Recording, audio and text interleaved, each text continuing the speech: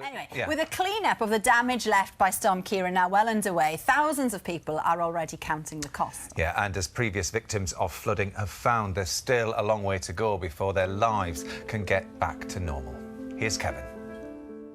During the past decade, flooding has become a growing problem all across the UK. Some of the worst hit areas were Somerset in 2013, West Yorkshire 4 years ago, and South Yorkshire late last year.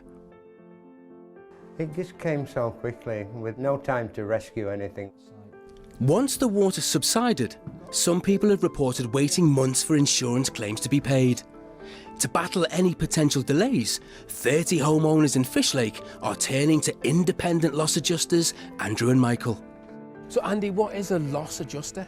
So a loss adjuster is somebody who's appointed either by the insurance company or by the homeowner to manage a claim on their behalf and to look after their interests. While it's common for loss adjusters to work for an insurance company, the insurance industry says it's rare for individuals to employ them.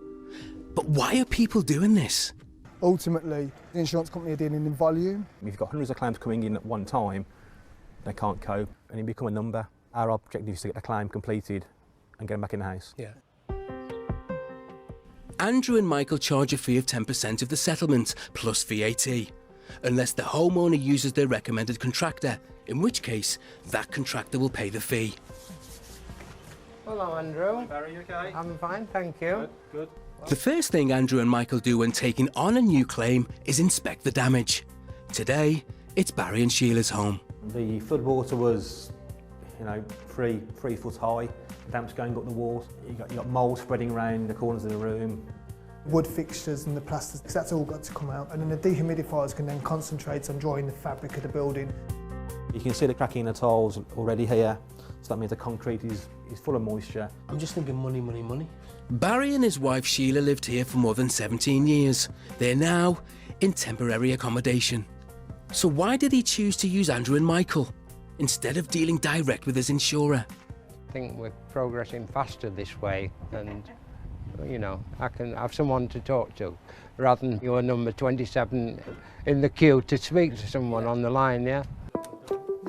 Before any work can get underway, there's the big problem of Barry's heating system.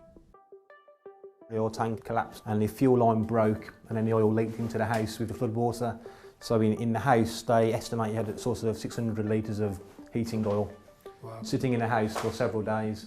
At the moment, we've had conservative costs sort of around £60,000 for the excavation, the treatment, the disposal of the materials. If it gets a lot worse into the foundation, then it could be a lot more. Michael and Andrew are regulated by the Financial Conduct Authority, and Barry has authorised them to deal with his insurance company on his behalf. Barry's convinced employing them has fast-tracked his claim. It's already been agreed in principle, but the repairs are going to take a long time. The surveyors today said it's going to be at least a year before we get back in here. Yeah. Sheila's going to enjoy buying all new furniture. It'll be nice for her. Down the road, Mark Sengelo had just finished renovating the downstairs of his home when the floods hit. Like Barry, he signed up the loss adjusters to help speed up his claim. Mark, in terms of using Andy and Mike, has that helped you? Definitely, it takes the pressure off of you chasing the insurers. I know people say, oh, just rig up, but at the time, I don't want the hassle. It's better to leave it to them who know. Mark's claim can't be agreed, though, until the insurers have also inspected the damage, so he can't touch anything yet, and that means every day the problems are getting worse. Getting mould upstairs, on the lampshades, on the bed, on the table. If it doesn't go out soon, I'm guessing it's going to damage everything else. It's frustrating for us because we can see the damage upstairs happening and we can't really stop it until we get approval to carry out work. If we don't tackle it soon, the bill's going to increase. Mark's currently living with family. He says it'll be at least 10 months before he can move back in, but he's trying to stay positive. You've got to go away from it, pick your head up and carry on and just hope everything clicks into place.